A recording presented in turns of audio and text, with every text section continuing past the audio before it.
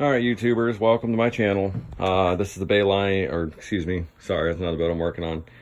This would be my Glastron SE175. It's a 1997. Right now I'm working on Volvo Penta 3.0 engine, submodel, I believe is LS. But what I'm showing everybody right now is a lot of people, when they go to set these engines back together, they misconstrue a lot of things. Okay, if everybody looks, I'm making this, I know there's a lot of videos out there that show this, but I figure for this particular application, I'm going to show you it anyway. If you see this little notch right here, this little notch always points towards the very, very front of the engine.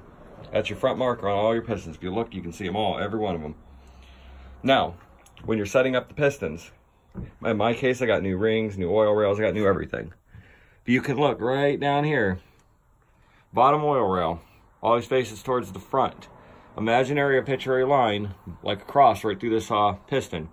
Right here would be your focal point at the beginning of that cross, and then this other side. Right here, at this ring, you're going to want to face that towards the front.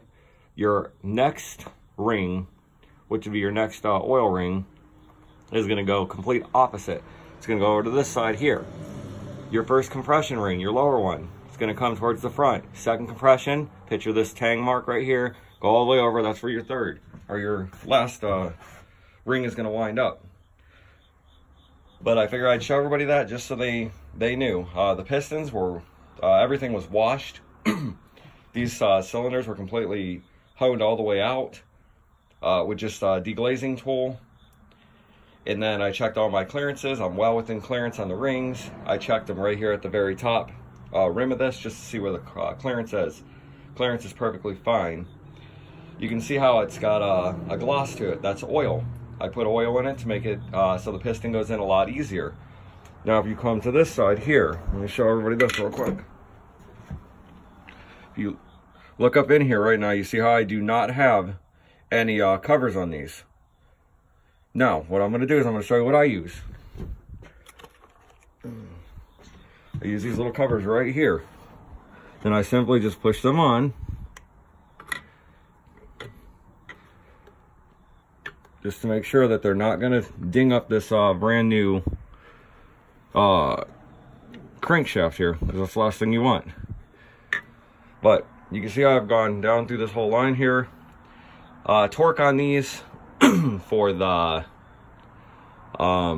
connecting rods, 35 foot-pounds. If everybody wants to look, I'll show you how I got the crank in. Let me pull this up real quick.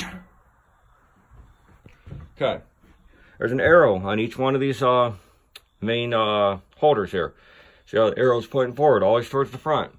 1, 2, 3, 4, and then lastly your fifth one.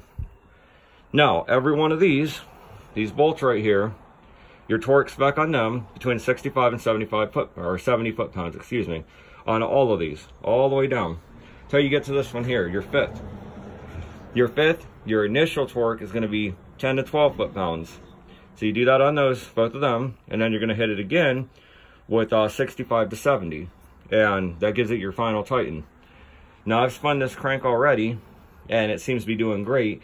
If you can see right inside of there, you see a little black dot? Let's see if I can get a better view here. Okay, yeah, there we go. Got a little black dot. What that is, that's a moly grease. Just a dot.